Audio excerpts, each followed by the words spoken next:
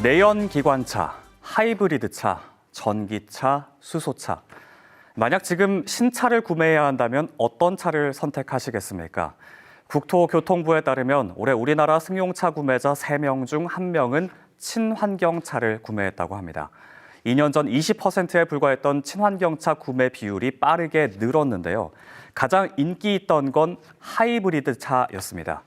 올해 9월까지 판매된 하이브리드 차는 지난해 같은 기간보다 37% 늘었는데요. 반면 전기차 인기는 시들해졌습니다. 같은 기간 전기차 판매는 9% 감소했습니다.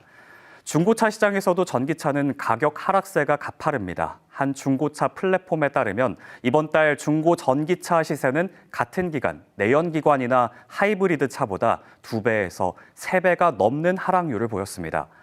전기차 인기가 떨어진 이유로는 부족한 충전 시설이 많이 꼽히고 있는데요. 중고차 시장에서는 또 다른 요인이 크게 작용한다고 합니다.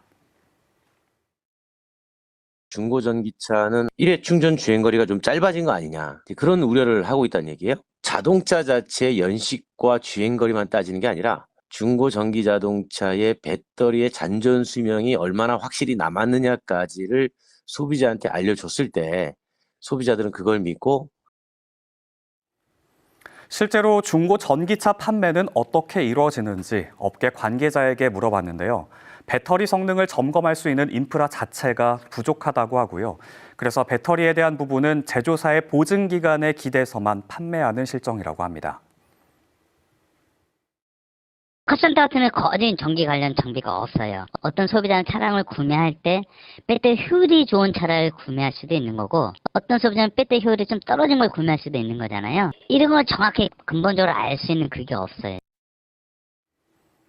제조사마다 차이는 있지만 통상 전기차의 배터리 보증 기간은 8년에서 10년입니다.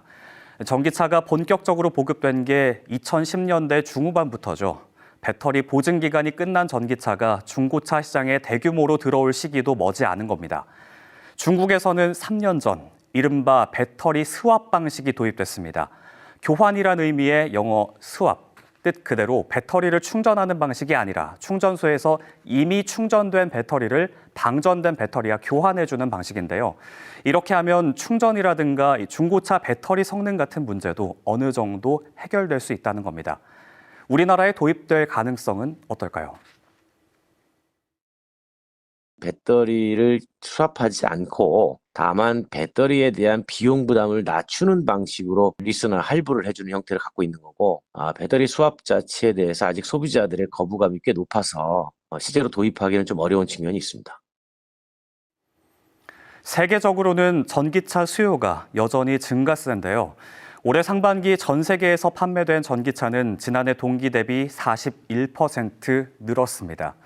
당장 올해 우리나라의 전기차 판매량은 줄었지만 앞으로 전기차와 친환경차 보급 기조는 이어질 전망인데요. 여전히 미비한 전기차 관련 인프라와 제도, 과연 시장에만 맡겨서 해결될 수 있을까요? 올 들어 전기차 판매량이 주춤하면서 정부가 보조금을 최대 100만 원 더 주는 방안을 내놨습니다. 하지만 인프라 부족에 대한 불만이 잇따르고 있어 판매량 증가로 이어질진 미지수입니다. 김진호 기자입니다. 전기차로 개인 택시를 운영하는 김종인 씨.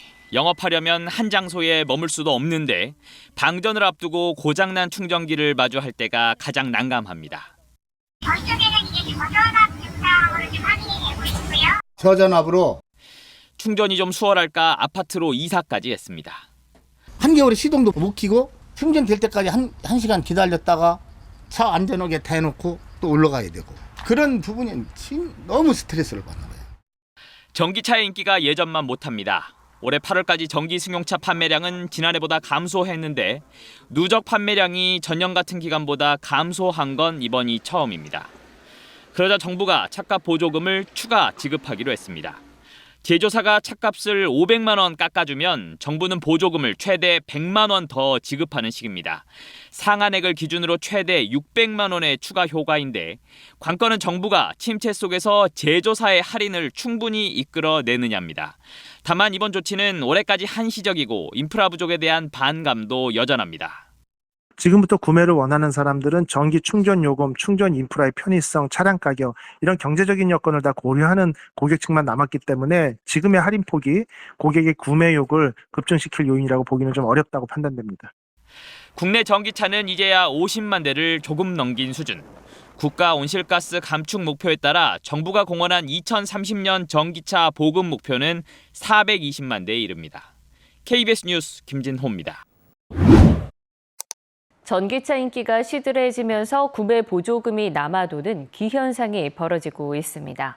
충전이 여전히 불편한 데다 충전 요금도 크게 오르면서 인기가 떨어진 건데 지자체들이 정부에 보조금 감액을 요청할 정도입니다. 대전방송총국 송민석 기자입니다. 대전의 연도별 전기차 보급대수입니다. 2019년 1,200여 대에 불과했지만 해마다 급격히 늘면서 지난해에는 7,000대에 육박했습니다.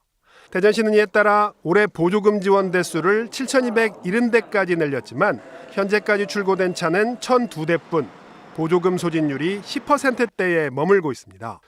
예산 이족이 소진돼 추경까지 편성했던 지난해와 정반대 상황이 벌어진 건데 충남의 소진율도 60%, 세종 64.5%로 다른 지역도 보조금이 남아돌고 있습니다. 얼리버드는 이미 전기차 구매를 충분히 했고 이제는 일반 대중한테 보급되는 시기거든요. 그러다 보니까 전기 요금, 전기차 가격, 충전의 편의함 이런 모든 것들을 고려하면서 신중하게 구매하는 시기이기 때문에 차값은 올랐는데 보조금이 준 것도 원인이지만 소비자들의 가장 큰 불만은 역시 충전입니다. 기름값은 내린 반면 충전 요금은 3년 새 최고 80%까지 껑충 뛰었고 충전 인프라도 크게 나아진 게 없기 때문입니다. 유지비가 적게 든다는 그 메리트가 있어서 전기차를 사게 됐는데 지금은 전기요금도 너무 많이 올랐고 그리고 충전 같은 것도 편리할 줄 알았는데 하반기에도 수요가 늘 가능성이 적은 만큼 대전시는 환경부에 보조금 예산 감액을 요청하고 일부는 전기화물차 보조금으로 전용할 계획입니다. 화물 같은 경우는 아직 경제적으로나 여러 측면에서 이익이 되기 때문에 수요가 좀 있다고 판단되거든요. 그래서 승용 물량을 일부 화물로 전환해가지고 진행할 계획입니다. 가팔랐던 전기차 보급이 숨고르기에 들어가면서 친환경 차량 정책의 수정도 불가피해 보입니다. KBS 뉴스 송민석입니다.